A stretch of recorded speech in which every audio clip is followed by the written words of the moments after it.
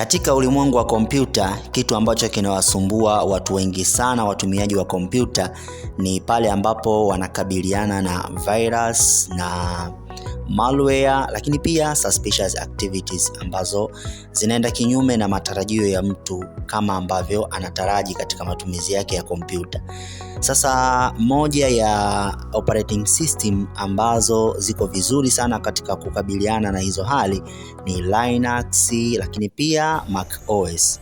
Leo hii katika video hii nitaenda kukuonyesha ni jinsi gani install Linux operating system katika VMware workstation. Karibu sana.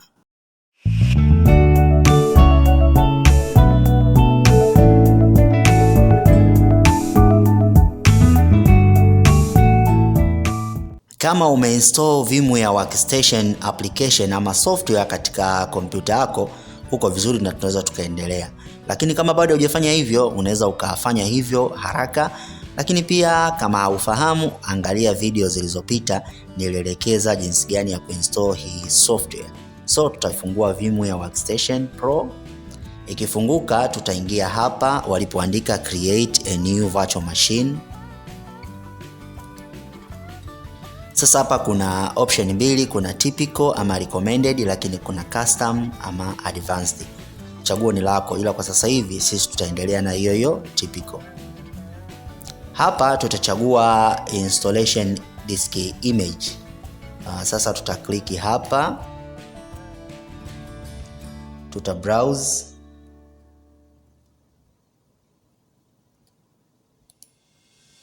Tukiingia hapa tutaenda katika ile folder ambapo tumeweka image zetu, ambapo mimi nimeweka hapa.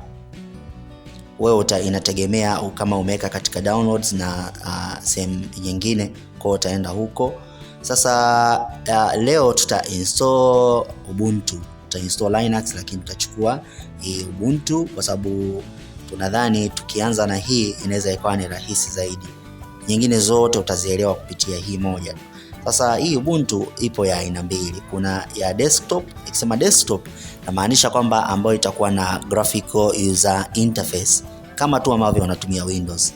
Lakini ukitumia hii hapa ya live server, hii ni kwa wale ambao tayari wako na skills kubwa zaidi katika kutumia Linux, kwa maana humu unatumia command peke yake.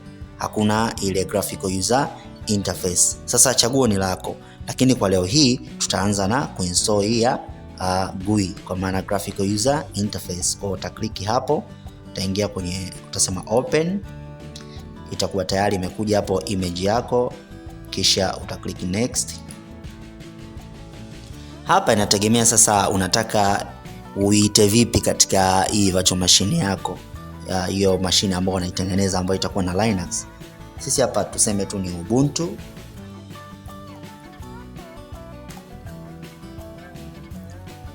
Hizo options zilizobakia unaweza ukaachana nazo, lakini vizuri ukizijaza ili tupate kusema next. Sasa username unaweza ukasema test. Password unategemea utaandikaje. Mimi nitaandika kwa sasa hivi tu 123. Uta confirm password 123 and then utasema next. Hapa utaacha hivyo hivyo au utaipa jina virtual machine yako unataka iweje.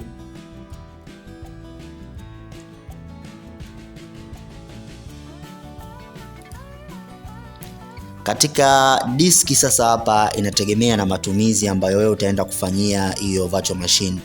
Kwa sababu sisi nia yetu ni kufanya tu test, tutaacha hii GB 20 kwa ajili ya kutest. Okay, so hapa chini kuna option kama ambavyo unaona, sisi zoom hapa. Kuna hii hapa anasema store virtual disk as a single file, lakini kuna split virtual disk into multiple files. Uamuzi ni wako kitu gani unaweza ukafanya, lakini mimi napendelea nichukua hii ya juu sasa hivi, to store virtual disk as a single file. Ukifika hapa kuna sehemu ya kucustomize hardware, ambapo utaweza ukaongeza RAM kama ambavyo unaona. By default hapa naona RAM imekuja GB 4 kama hapa ambavyo unaona. GB 4 hii hapa. Sasa unaweza ukaipunguza au unaweza ukaiongeza. Lakini pia kwenye network adapter imekaa kwenye NAT. Ili ni somo jipya kabisa, katika video zilizopita nilielekeza, lakini kama bado kuna sehemu unahitaji kuelewa, utadondosha comment yako hapo chini nitakuelewesha.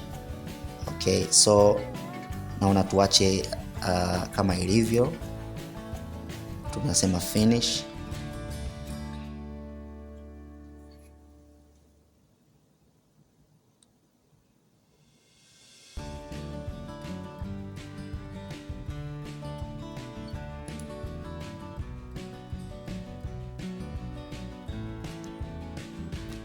Sasa kama ambavyo unaona kompyuta yetu ama mashine yetu ina boot, kwa tutaiacha iboot, then tutaendelea katika procedure zinazofuata.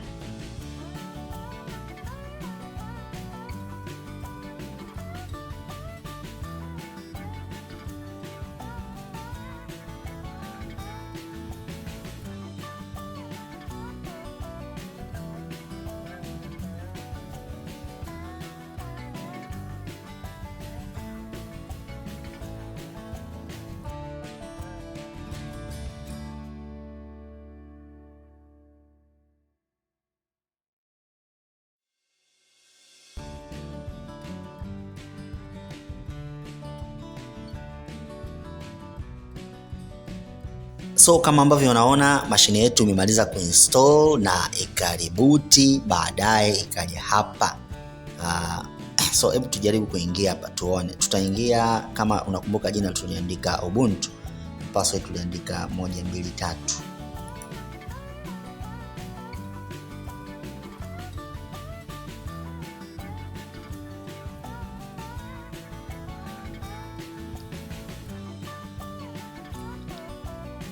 Okay, kuna vitu hapa wamevionyesha, kwa maana anasema connect your online account. Hii sio lazima, unaweza ukaiskip kwa sasa hivi. Okay, lakini pia hata hii hapa would like to send this information, unaweza ukasema yes or no, au vote ambavyo unaona. Mimi nasema no kwa sasa hivi.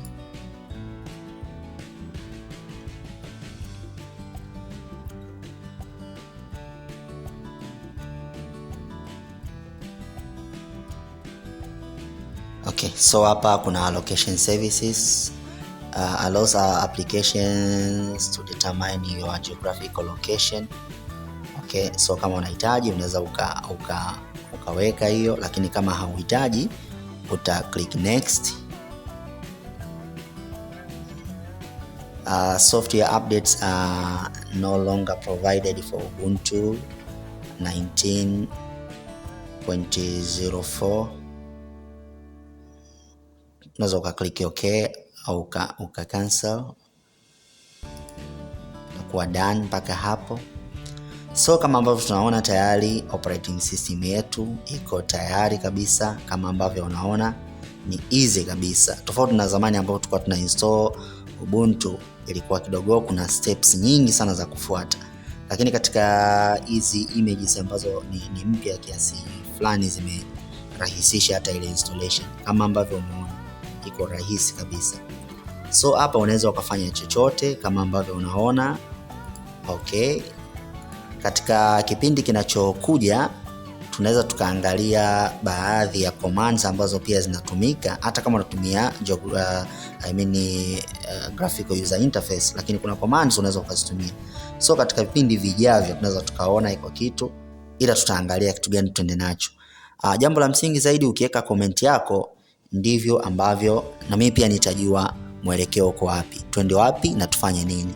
So hadi wakati mwingine, naomba tuungane tena, lakini jambo la msingi zaidi usiache kusubscribe, kulike, kushare na kucomment.